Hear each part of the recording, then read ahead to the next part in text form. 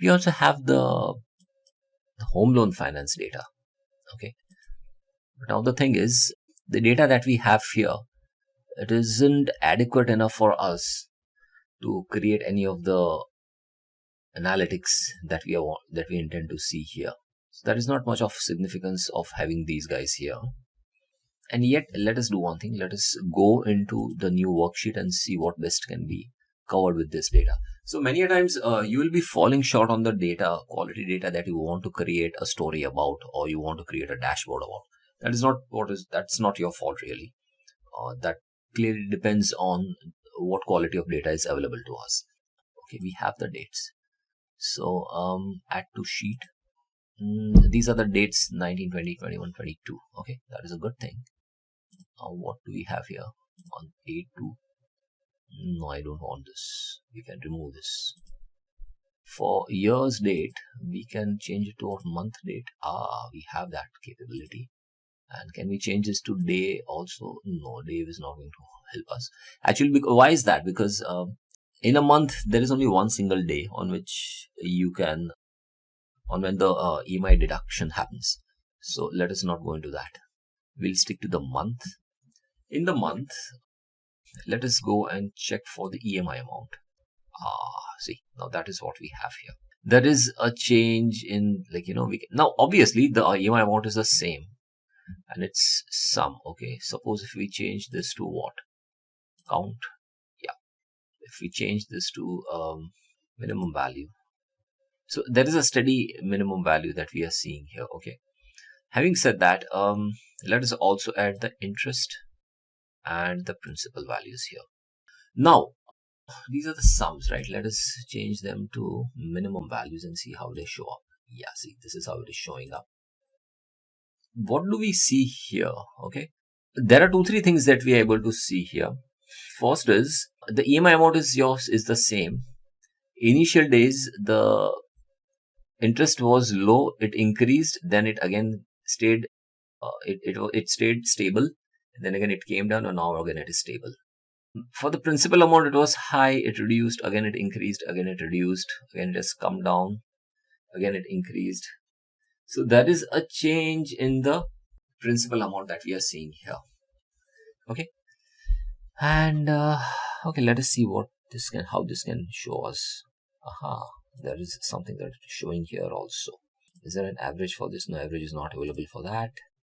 Maximum. No, there is nothing on the maximum or the minimum side either. So what do we see here? Now, if you want to, let us keep this minimum, maximum, or it is not quite affected by any of the changes in the values. If we click on count, now there is something on the count. 1, 2, 3, 4, 5. If we come here and we check it, we'll keep this as the median value. Okay, let's do one thing. Let us altogether remove it. There's not much of a significance of that. Principal to interest ratio.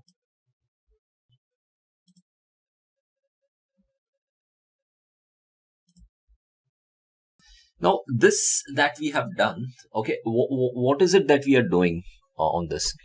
We intend to study the various parameters that we have here on the home loan or the EMI data that we have here. So what are we going to do about that? Analyze it. First and foremost, let us save this as story of home loan.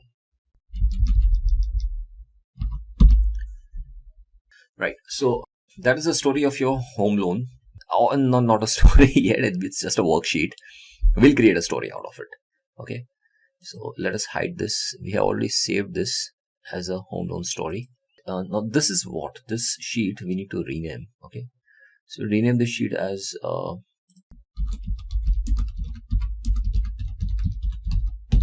so home loan parameters. Okay. Now we'll create a storyboard for this. So I'll click on story here. And yeah, we have this. So let us drag and drop it. And then we have, can we make the changes here? Okay, let me see. No, I don't want it this way. Yeah, we'll better stick to the line chart. Can we edit the axis? Okay, let us retain the in its automatic mode. We don't want to make any changes on that. What do we see here? See, in this analysis, and what is this caption? Let us, what are these? Typically, these are line graphs of home loan parameters. Okay, that is how we intend to maintain this caption as. Let us drag and add some texts here. So what is this? What are we seeing here? The EMI amount is consistent and steady at what? We don't know the value, but that's fine. Is stable and steady. What do we see here in this particular storyboard? The home loan amount is steady and stable. The not the home loan, the EMI amount is steady and stable. Okay. If I come down further, the interest is stable. Earlier, initially the interest was lower, and thereafter it reduced in the month of September. Now, which September did it reduce? We don't have those details here yet. If we come and check it here, no, we don't know that. Most likely it would be, no, we're not drilling down on that either. Control Z. So there is a fall in the interest, and then it stays stable. So we can add a text here. Let us reduce the font size from the start itself. Initial interest was lower. The same stayed stable. Same increased and stayed stable